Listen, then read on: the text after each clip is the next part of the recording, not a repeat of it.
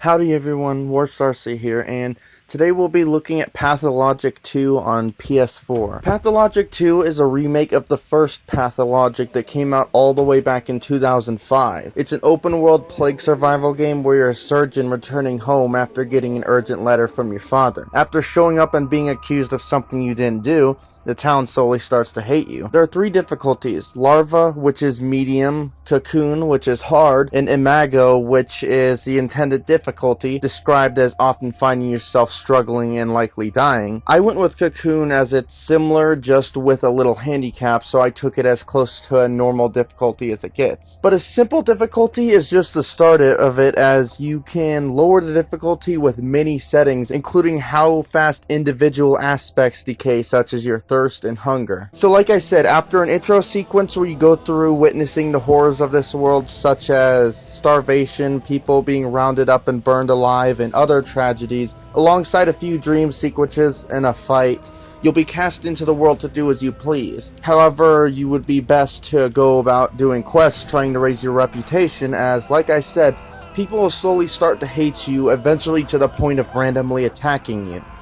And it isn't as simple as beating the crap out of them or stabbing them to death. You get them within an inch of their life and they'll run away far enough to ensure you won't finish them off, and then proceed to just walk along as if they hadn't just tried to be dicks and murder you in broad daylight. So fighting can be a difficult process with often no reward unless you actually manage to finish them off. And I say this from experience, as my first fight I barely made it out alive, and the second one I had a second person join in on the fight. At that point I tried running, but when you're hit, your stamina drains, so out of desperation I even tried stabbing them with a lockpick, though I died rather quickly, which, after the intro, there are no autosaves, so you'll have to find a place to manually save. So you can tell that desperation is basically the main theme of this game, as you'll always be desperately trying to keep your health in check through your immunity, exhaustion, hunger, and thirst, all of which is kept track of and will contribute to how well you manage. I see it as there are a few stages of desperation in your attempts to survive. First, you'll fill up water at little fountains and get food from merchants.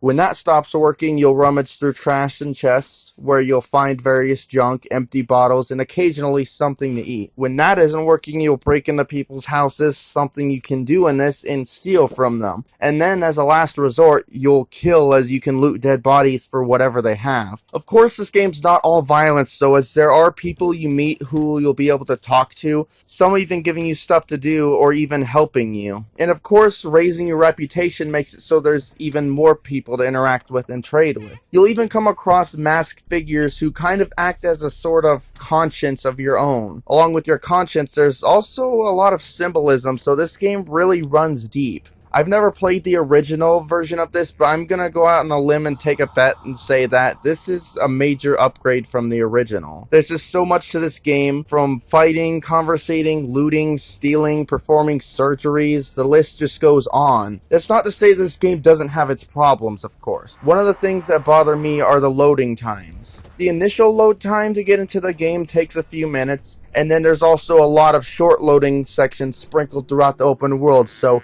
entering different sections of the world will often be interrupted for a few seconds. It's nothing major, but with how often it happens, it did draw me a bit out of the experience. Thankfully, that's about the worst issue I've encountered, as I haven't had any bugs or other issues occur. I'd say this game is tough, but that's literally the point of the game. It's hard, but it's rewarding when you manage to make things go right. So if you want this game yourself, it's available on the PSN store for $35. I'd like to thank tinyBuild Games for sending me the review key. This is Warstarcy in the Game Clips channel, and I'm out.